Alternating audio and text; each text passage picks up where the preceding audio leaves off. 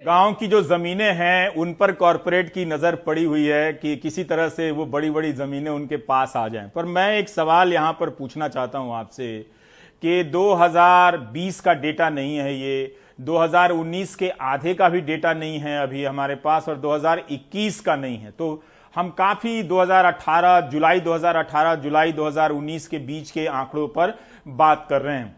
2022 में किसानों की आमदनी 2 गुनी होनी थी।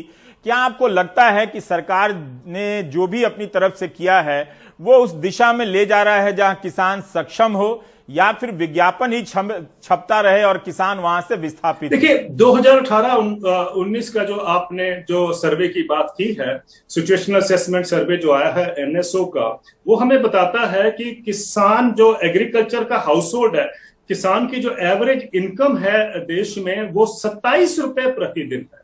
ये भी बताता है कि वो जो मनरेगा के वर्कर्स हैं उससे भी कम है। मेरा मानना है कि जो जो हम गाय का जो जो पालन करते हैं उसमें देखेंगे कि वहां गाय के दूध के जो इनकम होती है वो ज्यादा है, जो अगर हम इसी डाटा को एनालाइज करें बनिस्पत की जो किसान अर्न कर पाता है रोजाना 27 रुपए जो उसको मिलते हैं।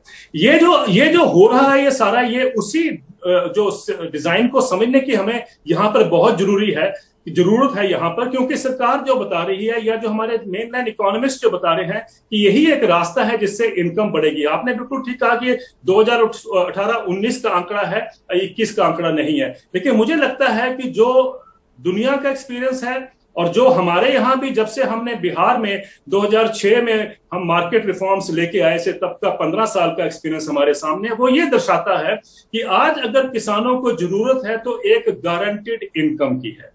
और ये सिर्फ हमारे ही किसान डिमांड नहीं कर रहे हैं, अमेरिका में भी ये डिमांड हुई है और वहां पर भी बहुत सारे ट्रैक्टर्स जो हैं वो वॉशिंगटन में आए थे। और दुनिया में देख रहे हैं हम कि यूरोप में भी हर 2 हफ्ते बाद या हर महीने आप देखते हैं कि प्रोटेस्ट होते हैं, ट्रैक्टर प्रोटेस्ट होते हैं। वहां पर भी डिमांड यही है कि उनको गारंटेड इनकम दी जाए। तो सब जब तक हम गारंटेड इनकम खेती में किसानों को नहीं देंगे, मुझे नहीं लगता कि कोई रास्ता है कि हम किसान की इनकम को बढ़ा पाएंगे। तो एक सवाल मैं एमएसपी पे पूछना चाहूंगा, इसमें भी ये बात निकल कर आती है जो आप कह रहे हैं कि बहुत कम प्रतिशत हैं किसानों में जो एमएसपी पर अपना अनाज बेच पाते हैं।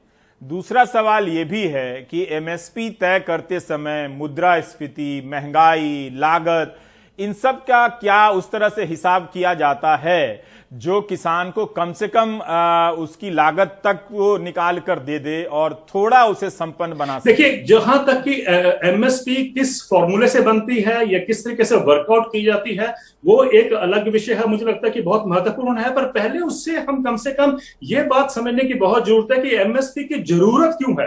अब जैसे आपने कहा कि जो हमारे यहाँ पर बहुत कम लोगों को एमएसपी जो है उसका बेनिफिट मिलता है।